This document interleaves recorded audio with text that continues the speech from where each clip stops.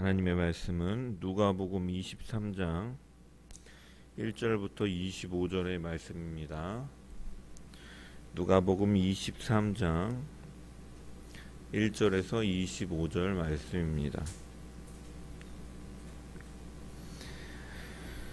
제가 하나님의 말씀을 봉독합니다.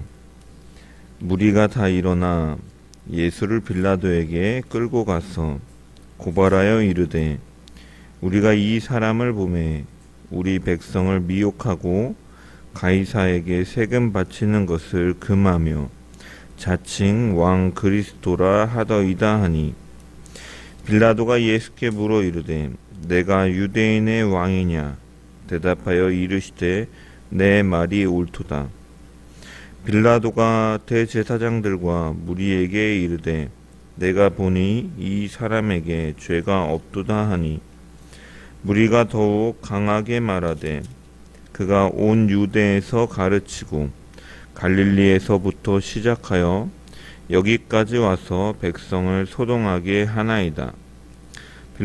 빌라도가 듣고 그가 갈릴리 사람이냐 물어 헤롯의 관할에 속한 줄을 알고 헤롯에게 보내니 그때 헤롯이 예루살렘에 있더라.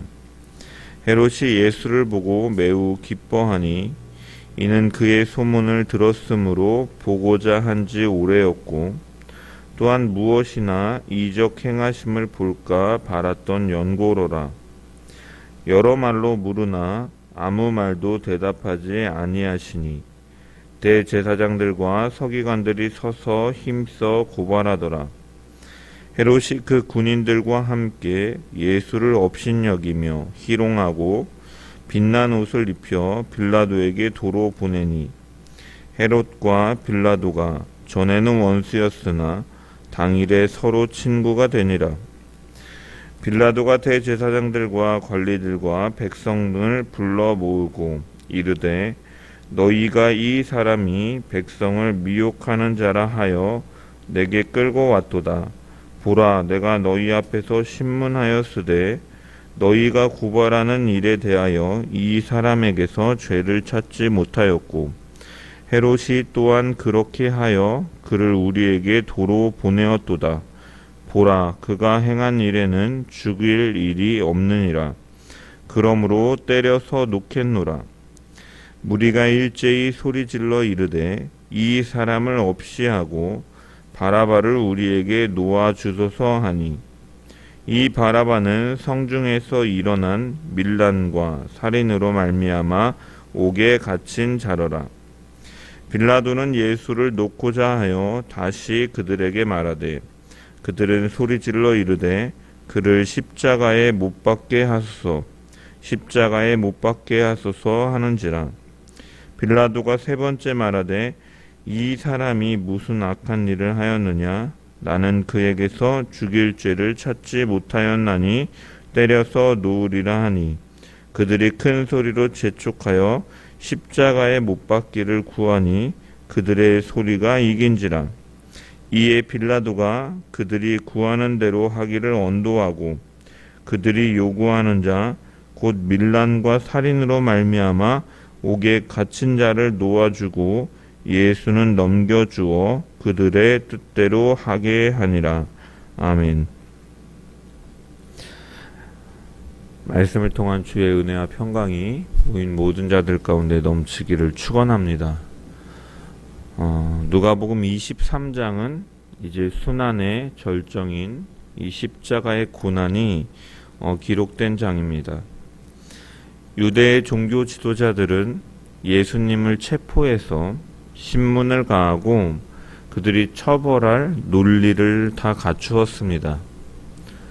안나스와 가야바의 집에서 이루어진 두 번의 신문은 제대로 된 증인 없이 또한 확실한 증거도 없이 이루어진 일이었으며 밤중에 불법적으로 체포를 하였고 또한 대제사장 개인의 집에서 행한 일이었기 때문에 공식적으로 선포하기에는 어려움이 있었습니다. 그래서 그들은 예수님을 신성 모독한 자로 정죄한 이후에 예수님을 데리고 빌라도에게 찾아갑니다. 공식적으로 예수님을 처형하기 위함이었습니다. 또한 그들이 빌라도를 찾아간 것은 그들 자신에게 예수님의 사형을 집행할 권리가 없었기 때문입니다. 로마는 광대한 땅을 지배하고 있었기 때문에 정복한 국가들에 대해서 자치권을 일정 부분 허용하였습니다. 예수님 당시엔 그래서 유대 땅에 헤롯 왕가가 있었고, 이들은 로마의 인정을 받은 인물로서 100여 년 동안 유대 땅을 다스렸습니다. 이처럼 로마는 각 지역별로 자치권을 부여했습니다. 하지만 한편으로는 사형법에 있어서는 로마의 권한으로 두고 유대 땅에 주지 않고 로마의 이러한 집정관들과 이 총독들을 통해서 이러한 것들이 행해졌기 때문에 이들은 빌라도를 찾아간 것이었습니다. 1절과 2절에 보면 무리가 다 일어나 예수를 보고 예수를 빌라도에게 끌고 가서 고발하여 이르되 우리가 이 사람을 보매 우리 백성을 미혹하고 가이사에게 세금 바치는 것을 금하며 자칭 왕 그리스도라 하더이다 하니 라고 이렇게 기록되어 있습니다. 그들이 고발한 내용을 보면은 세 가지 내용을 가지고 고발하였는데, 첫 번째로는 이 사람이 우리 백성을 미혹하였다. 두 번째로는 가이사에게 세금 바치는 것을 금하였다. 세 번째는 자칭 왕 그리스도라 하더이다 라고 이렇게 세 가지 이유를 들어서 예수님을 고발하고 있습니다. 그들은 백성들의 비난을 피하고 합법적으로 예수님을 죽이기 위해서 그들은 거짓으로 이 예수님이 로마를 위협하는 행악자로 고발하고 있는 것입니다. 예수님께서 백성들을 미혹하여 로마에 대한 밀란을 선동하였다라고 하고, 로마 황제에게 그가 세금을 바치지 말자라고 주장했다라고 하고, 자신을 왕이라고 칭하면서 로마 황제를 대적하였다라고 고발한 것입니다. 이렇게 함을 통해 예수님께서 로마 법정을 통해 처벌받으실 것을 기대하면서 행했던 말이었지만 사실 이 모든 것들은 거짓이었습니다. 우리가 복음서를 통해서 예수님께서 가르치신 내용을 보면 누구든지 예컨대 로마 군인이 너를 징발해 가지고 억지로 우리로 가게 하거든 그 사람과 심리를 동행하라 라고 말씀하시기도 했고, 세금에 관해서도 가이사의 것은 가이사에게, 하나님의 것은 하나님께 바치라 라고 말씀하셨습니다. 또한 오병이어 기적 후에 예수님은 사람들이 와서 자기를 억지로 붙들어 임금으로 삼으려는 줄 아시고 그들을 떠나 산으로 가셨다라고 복음서는 기록합니다. 이와 같이 예수님께서는 단 한 번도 백성을 선동해서 로마에 대한 반란을 꾀하신 적이 없었습니다. 빌라도도 물론 이들이 시기함으로써 이러한 일을 저지른 것을 알고 있었지만 어찌됐든 그들이 예수님을 로마에 대한 반역자로 고발했기 때문에 예수님을 신문할 수밖에 없었습니다. 왜냐하면 식민지에 파송되고 통치하는 총독의 제일 큰 사명은 무엇이냐면 바로 그곳 사람들이 로마에 대한 반란하는 것을 억제하는 것이 가장 최우선의 목적이기 때문입니다. 이 유대 총독으로 있던 빌라도는 예수님에 대해서 그리 나쁜 감정을 가지고 있지 않은 것으로 보입니다. 전승에 따르면 이 빌라도의 아내가 유대인이었다라고 하기도 하고, 이 빌라도의 아내는 예수님에 대하여 호감을 가지고 있었던 것 같습니다. 그래서 마태복음 27장 19절에 보면 총독이 재판석에 앉았을 때에 그의 아내가 사람을 보내어 이르되 저 옳은 사람에게 아무 상관도 하지 마옵소서. 오늘 꿈에 내가 그 사람으로 인하여 애를 많이 태웠나이다 하더라 라고 말씀이 기록되어 있기도 합니다. 그래서 빌라도는 이 유대인들의 종교 문제에 대해서 별로 개입하기를 원치 않았습니다. 그래서 요한복음의 말씀을 보면 예수님을 끌고 온 자들을 향해서 그러므로 빌라도가 밖으로 나가서 그들에게 말하되 너희가 무슨 일로 이 사람을 고발하느냐 기록되어 있고, 또한 18장 31절에 보면 빌라도가 이르되 너희가 그를 데려다가 너희 법대로 재판하라 라고 말하고 있습니다. 어쨌든 빌라도는 이것을 싫어했지만 이들이 계속 요구했기 때문에 이제 빌라도는 또 그들이 로마에 대한 반란 혐의로 예수님을 고발했기 때문에 이제 빌라도는 예수님을 신문하게 되는 것이죠. 그래서 예수님에게 내가 유대인의 왕이냐라고 물었습니다. 이것은 진지하게 신문한 것이 아니라 조롱 섞인 질문입니다. 왜냐하면 예수님의 지금 모습은 전혀 유대인의 왕처럼 보이지 않기 때문에. 그런데 그런 그의 말에 예수님께서는 내 말이 옳도다. 예수님은 자신의 유대인의 왕이라고 밝히고 계시죠. 하지만 그 왕에 대한 개념은 달랐음을 다른 복음서를 보면 우리가 또한 드러내고 있습니다. 요한복음 18장 36절의 말씀을 보면 예수님께서 내 말이 옳도다 하면서 예수께서 대답하시되 내 나라는 이 세상에 속한 것이 아니니라. 만일 내 나라가 이 세상에 속한 것이었더라면 내 종들이 싸워 나로 유대인들에게 넘겨지지 않게 하였으리라. 이제 내 나라는 여기에 속한 것이 아니니라 라고 말씀하고 있는 것이죠. 예수님께서는 자신이 이 땅의 왕으로 자청하는 것이 아니라 하나님 나라의 통치자심을 밝히셨고, 이에 빌라도는 예수님께서 로마의 위협적인 인물이 아님을 확인할 수 있었던 것입니다.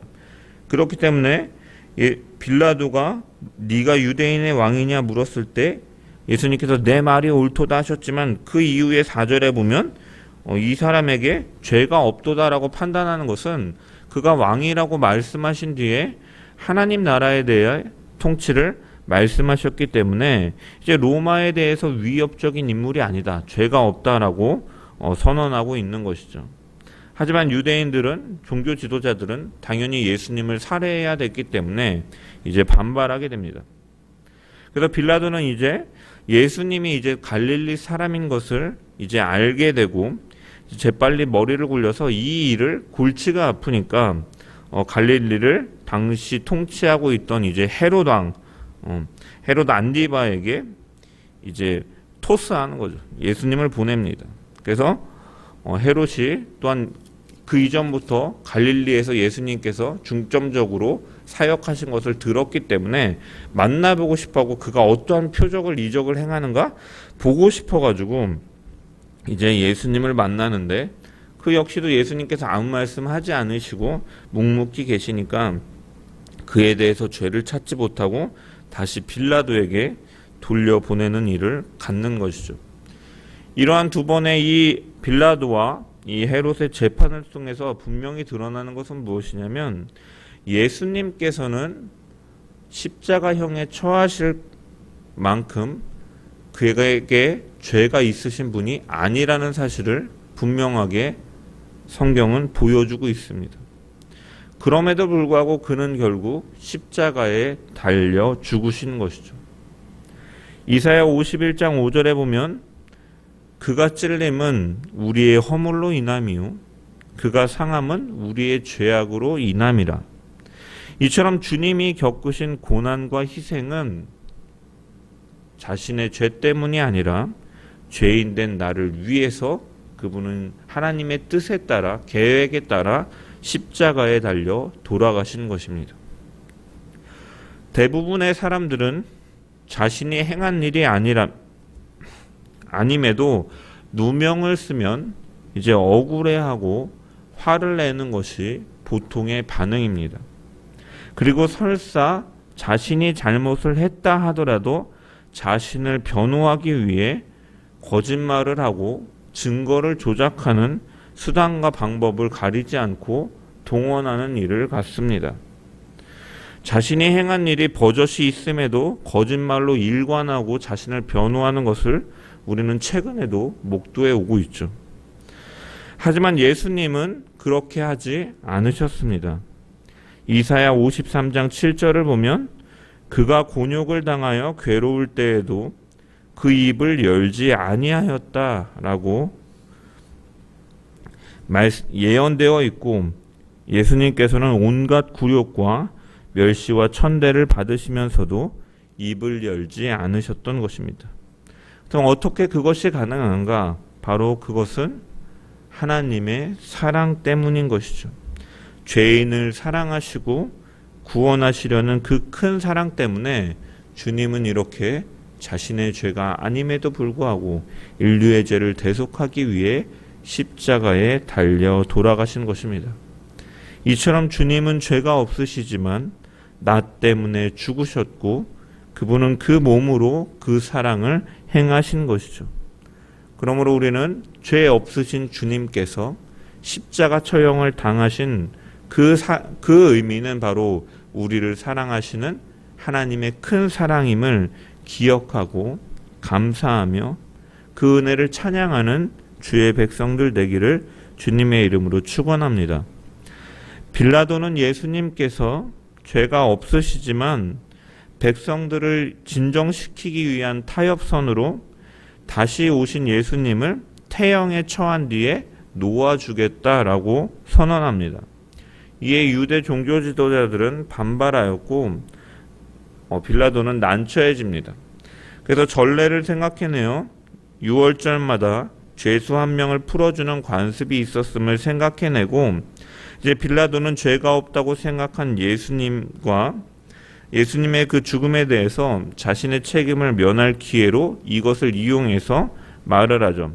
감옥에 갇혀있는 흉악범 바라바와 예수 둘 중에 한 사람을 석방하고자 하는데 너희가 누구를 풀어주기를 원하느냐? 라고 묻습니다. 빌라도는 사람들이 이 흉악범 바라바보다 예수님을 석방하라고 할 줄 알고 그렇게 말한 것이지만 종교 지도자들과 그들의 사주를 받은 사람들은 일제히 바라바를 풀어주고 예수님을 십자가에 못 박으라고 소리쳤습니다. 결국 바라바가 석방되고 예수님은 십자가에 못 박히게 되셨습니다. 이 바라바는 폭동이 일어났을 때 살인을 저지른 폭도 중에 한 사람이라고 이제 마가복음에 기록되어 있고, 그래서 이 사람은 밀란과 살인으로 말미암아 옥에 갇힌 자라고 누가복음 23장 19절에도 기록되어 있습니다. 처럼 이 사람은 사람을 죽이는 것도 상관하지 않는 범법자라 할 수 있습니다. 지금 오늘날의 형법에서도 살인죄가 가장 큰 무거운 죄로 다뤄지는데, 이러한 흉악한 바라바가 살고 예수님께서 십자가에 달려 죽으셨다라는 것이죠. 이것은 어떠한 의미이냐? 예수님께서 바라바보다 더 흉악한 범죄자로 취급을 받으셨다라는 의미입니다. 이사야 53장 9절에 보면 메시아에 대한 예언의 말씀이 그는 악한 일을 한 적이 없으며 거짓말을 한 적이 없는데도 악한 사람들과 함께 묻혔으며 라고 예언되어 있습니다. 주님께서 이러한 흉악한 범죄자보다 더한 취급을 받으시고 당시의 인류 역사상 가장 괴롭고 무거운 사형제도였던 십자가에 달려 돌아가셨다라는 것은 우리에게 무엇을 의미하는가? 바로 예수님께서 대속하신 그 죄, 행하시는 그 구속의 역사는 그 어떤 것이라 할지라도 예수님을 믿고 회개하는 자에게 용서하지 못할 죄가 없으시다라는 것을 보여주는 것입니다. 죄가 없으신 분이었지만 그 누구보다 죄인의 취급을 받으시고 가장 무거운 형이었던 십자가형을 당하신 것은 그의 구속 사역이, 그의 보혈의 능력이 용서하지 못할 죄가 없으심을 보여주고 있는 것이죠. 죄로 인하여 가장 비천하고 낮은 자까지도 사랑하시고 받아주시며 구원하시기 위해 오신 주님임을 보여주고 계시고 주님은 그 구속사역을 이루신 줄 믿습니다. 바로 그 사랑이 우리를 향해 있음을 오늘도 기억하면서 나를 살리시기 위해 그 불의한 신문과 형벌을 받으신 주님의 은혜를 기억하고 감사하며 살아가는 주의 백성 되기를 주님의 이름으로 간절히 축원합니다. 기도하겠습니다. 사랑의 하나님 아버지, 오늘은 빌라도와 또한 헤롯을 통해 신문을 받으셨지만 그가 죄가 없으신 사실을 통해서 그는 자신의 죄 때문이 아니오 바로 우리의 죄를 대속하시기 위해 십자가를 지신 그 구속의 사역을 깨닫게 하시니 감사합니다. 또한 주님께서는 아무런 죄가 없으셨지만 그 누구보다도 흉악하고 사람을 죽이기에도 꺼리낌이 없던 바라바보다 더한 취급을 받으시며 그가 십자가를 지신 것은 주님께서 행하신 구속의 역사가 그 어떤 죄라 할지라도 예수님을 믿고 회개한다면 용서하지 못할 죄가 없음을 보여주는 것임을 또한 믿습니다.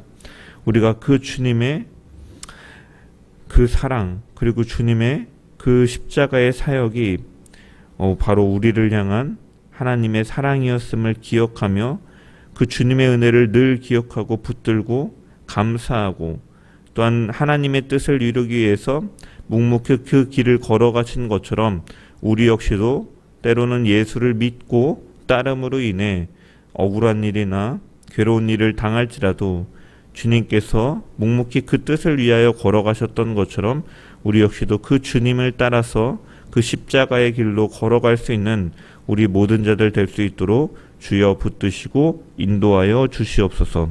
감사하며 예수님의 이름으로 기도합니다. 아멘.